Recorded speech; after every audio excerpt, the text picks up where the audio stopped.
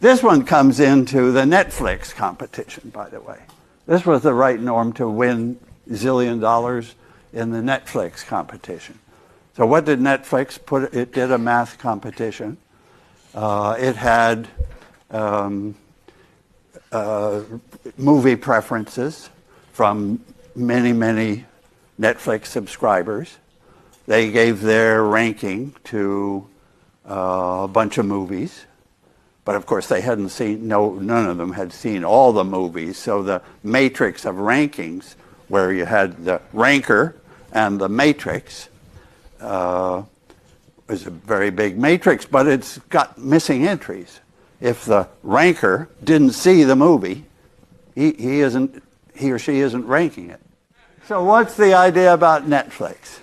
So they offered like $1 million prize.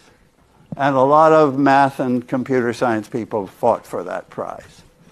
And over the years, they got like higher, 92, 93, 94% right.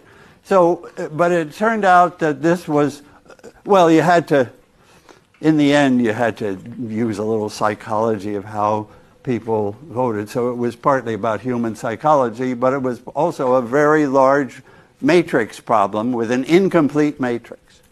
An incomplete matrix. And so it had to be completed. You had to figure out what would the ranker have said about the post if he hadn't seen it, but had ranked, several other movies, like All the President's Men or whatever, given a ranking to those. You have to, and that's a recommender system, of course. That's how you get recommendations from Amazon. They've got a big matrix calculation here, and if you've bought a couple of math books, they're going to tell you about more math books, more than you want to know, right? Yeah. Okay.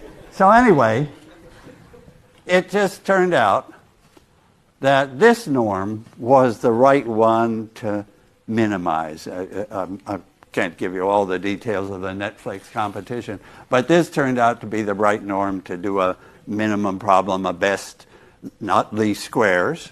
These squares would look at some other norm, but a best nuclear norm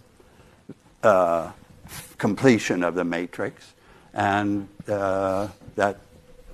and now it's so now it's being put to much more serious uses for MRI, magnetic resonance stuff. When you go in and get you